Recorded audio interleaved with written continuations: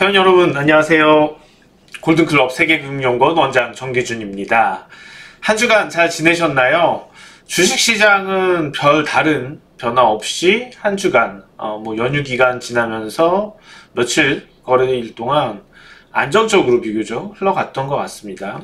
바로 지수 보면서 말씀을 나눌 텐데 자,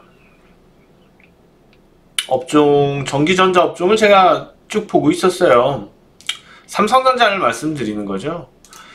먼저 코스피 볼게요. 코스피 지수를 보시면은 코스닥하고 많이 차이가 있어요. 지금 보시는 것처럼 코스닥은 계속해서 강세고, 이 부분 코스닥과 코스피의 차이를 한번 보시면은, 자, 그냥 눈으로 봤을 때 이 정도의 차이다 라고 보시면 될 것 같아요. 이 정도의 차이다, 이 네모칸 칩만큼의 차이가 벌어진다. 그럼 왜 코스피는 덜 올랐냐? 코스닥은 더 오르고 삼성전자에서 찾아야 되겠죠. 그것은 바로 삼성전자에서 찾아야 됩니다.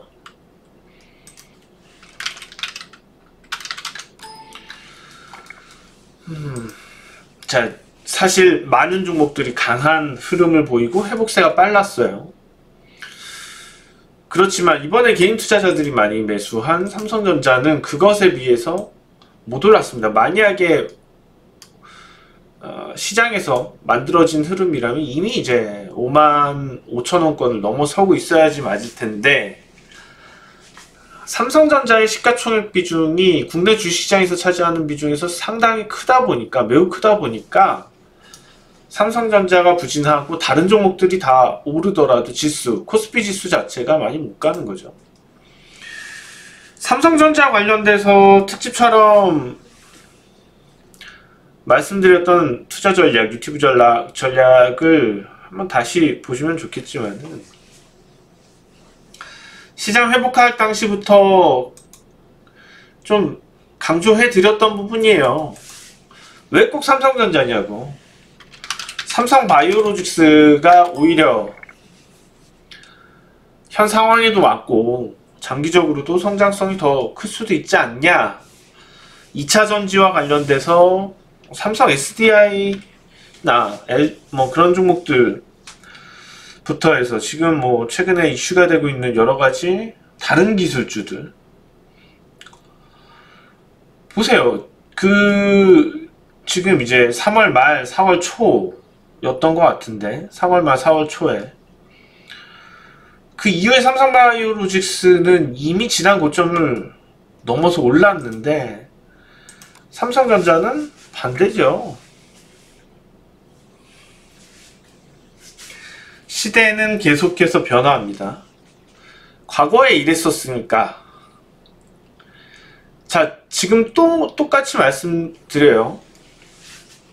정말 삼성전자가 반드시 정답이 아닐 수 있어요. 나쁘다는 얘기는 아니에요. 그렇지만 우리가 투자라는 건, 특히 주식 투자에는 여러 가지가 있어요. 사실 적금, 예금도 투자의 한 가지 방법이죠. 한 가지 수단이죠.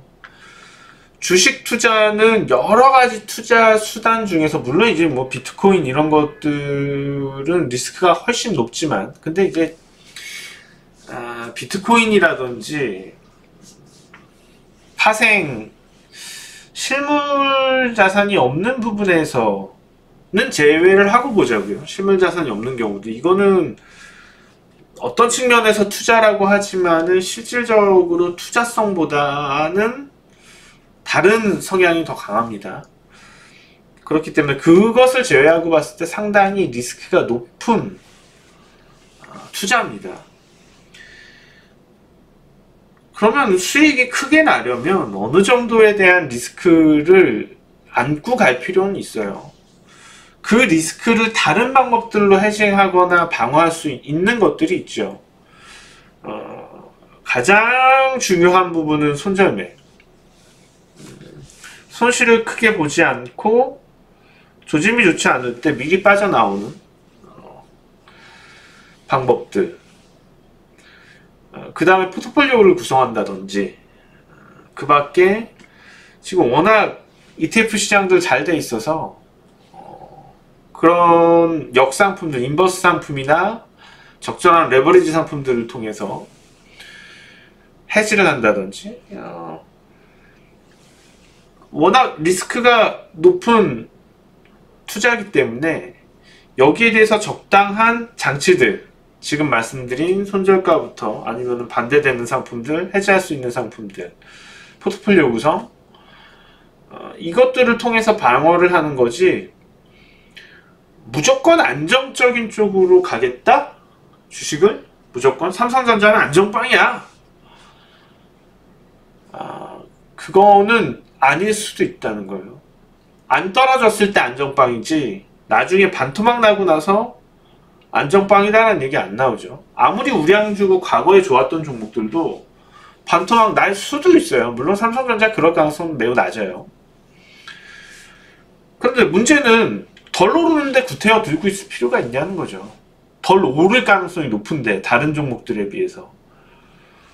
전 의견은 마찬가지예요. 삼성전자는 지금 앞으로 올라가야, 이번 랠리에 펼쳐져야 할 다른 유수의 종목들에 비해서 미치지 못할 것으로 분석을 하고 있습니다. 주가를 보면서 답을 찾을 수 있을 것 같아요. 여러가지 이유들이 있지만은 그동안 상대적으로 글로벌 주식시장 리듬을 타면서 한국 증시보다는 이제 미국 증시 리듬을 타면서 삼성전자는 강한 기조를 보여주었었어요. 상대적으로 다른 종목들은 오르지 못했었죠. 이 구간에서요. 삼성전자가 지금 뭐 액분하기 전 2만원인 상태에서 2배 넘게 3배 가까이 3배를 오르는 동안 대부분 종목들은 하락했다는 겁니다. 조금 오르거나. 이런 흐름은 언제든지 반전될 수 있거든요. 저는 그러한 흐름의 반전이 왔다. 이거는 왜냐하면 과거에 제 강좌를 들으신 분들이 있는지 없는지 모르겠지만은 제가 사실 강좌를 했던 거는 좀 오래됐어서 아마 지금 거의 뭐 10년 가까이 저 유료 회원 하시는 분들도 있어서 그런 분들은 아마 기억을 하실 겁니다.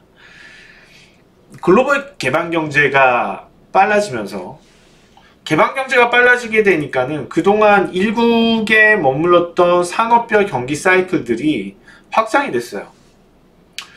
그러면서 전 세계 리듬을 같이 타게 됩니다. 그렇다 보니까 과거에 있었던 경기 그리고 산업별 사이클, 그 나라 경기 사이클 다 다르게 놀아요. 다 따로 놀아요. 우리처럼 수출 중점의 국가가 있을 거고, 미국처럼 소비, 내수 소비 중점의 경제 구조를 가진 나라들도 있을 거예요. 여행 산업이 발달한 나라가 있는 반면에 반도체를 팔아서 그 돈으로 여행을 다니는 국가가 있을 거고, 그러면 거기서 환율 관계부터 산업 관계들 복잡하게 엮이죠. 그러면 자, 극단적으로 보자고요. 반도체가 어마어마하게 많이 팔려서 정점을 찍어요. 그러면 실제로 반도체가 정점을 찍었을 때 반도체 판매 국가의 국민들은 스페인 같은 그런 관광 수입이 높은 국가에 대해서 그 이유점이 되겠죠. 그러니까 이 사이클의 차이들이 날 수밖에 없다는 거죠. 업황별로, 국가별로 약간의 차이가 있을 거예요. 전체적으로는 리듬을 같이 타겠지만은 이 리듬에서 한 박자씩 늦춰지는 파동들이 결국엔 먼저 움직인 사이클의 업종, 나중에 움직인 섹터, 많은 차이들이 난다는 거죠. 자, 차트로 다시 넘어와서, 그래서 제가 볼 때는 삼성전자를 뭐 더 싸게 살 수 있을지 없을지 그거는 전체적인 시장 상황도 봐야 알겠지만, 중요한 거는 지금에서는 그렇게 매력적이지 않다고 봐요. 주식 시장에서 성장성이 아무리 안정적이라도 성장성이 낮아진다면 실제로 그것에 대한 가치 자체가 떨어진다고 보시면 돼요. 적정 PBR, 적정 PER은 존재하지 않습니다. 그래서 성장성에 대해서 인정을 한다면 PER이 높게 형성이 될 거고, 기업 가치에 대해서 충분히 인정이 되고, 그렇다면 또 PBR에 대해서 그만큼의 가치 부여가 되겠죠. 다시 시장으로 넘어올 텐데요. 오늘 코스닥 시장인데, 코스닥 시장 오늘 오르면서 특징적인 부분 중엔 외국인이 코덱스 코스닥 150 선물 인버스를 많이 매도를 했습니다. 많이 매수를 했습니다. 뭐예요? 인버스를 매수했다는 얘기는 하락에 베팅을 했다는 거죠. 하락에 베팅을 했다. 근데 인버스를 이렇게 많이 순매수하는 만큼 하락에 베팅을 했다. 이거는 지수 하락할 거라는 예측? 아니면은 현재 코스닥을 많이 사서 그 코스닥을 해싱하기 위해서 방어의 수단? 그렇지 않다고 보고요. 그냥 도박한 거라고 보입니다. 지금 위치에서. 많이 올랐으니까 저항권이고, 전세계 글로벌 경기가 안 좋아지는데 수출 국가의 산업들이 리스크가 있지 않을까? 그런 아이디어일 텐데, 근데 시장이 위기를 겪고 난 이후에 탄력들, 지옥에서 빠져나와서 다시 평상으로 돌아왔을 때의 천국 같은 느낌. 더군다나 국내 주식시장은 급락 이전에 추세 반전을 그리고 있었단 말이에요. 시장이요. 바닥권을, 자, 이미 작년 3분기 때, 작년 하반기 때 저점에서 매물 소화가 되면서 실제로, 자, 이런 변화들 코스피로도 넘어와서 보시면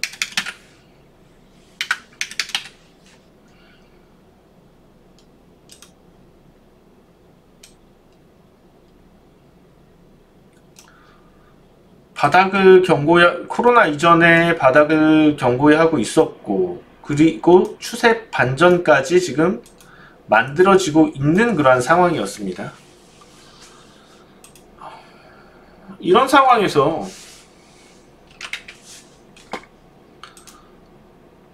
지옥을 갔다, 코로나로 인해서 지옥을 갔다 빠져나온 상태인데, 만약에 다시 정상 궤도로 간다고 생각을 해보세요. 조정이 뭐 이런 조정이 가능성보다 오히려 글로벌 경제가 다시 돌아가기 시작했을 때, 정상적으로 돌아가기 시작했을 때 이렇게 더 강해질 가능성이 크지 않을까. 지금 시장에 대해서 급락 하락을 거론하는 것 자체도 위험한 것 같아요. 무역 관련돼서 또 미중 무역 관련돼서 또 전쟁이냐 뭐 이런 기사들도 나오고 있고 하지만은 실제로 이후에 중국에서 뭐 대두 수입을 늘리고 있고 미국과의 무역 협상을 지키기 위한 어떤 모습들, 미중 무역 협상과 관련된 내용들도 결과적으로는 좀 안정적이지 않게 가지 않겠냐, 이런 생각이 저는 그렇게 분석을 하고 있고요. 자, 당장은 다만 좀 재미는 없을 것 같아요. 당장 재미없다는 건 저항권, 이거는 너무 보이는 기술적인 저항권에 진입해 있는 상태이고, 이미 뉴욕 증시도 보게 되면은 공포에서는 빠져나온 상태예요.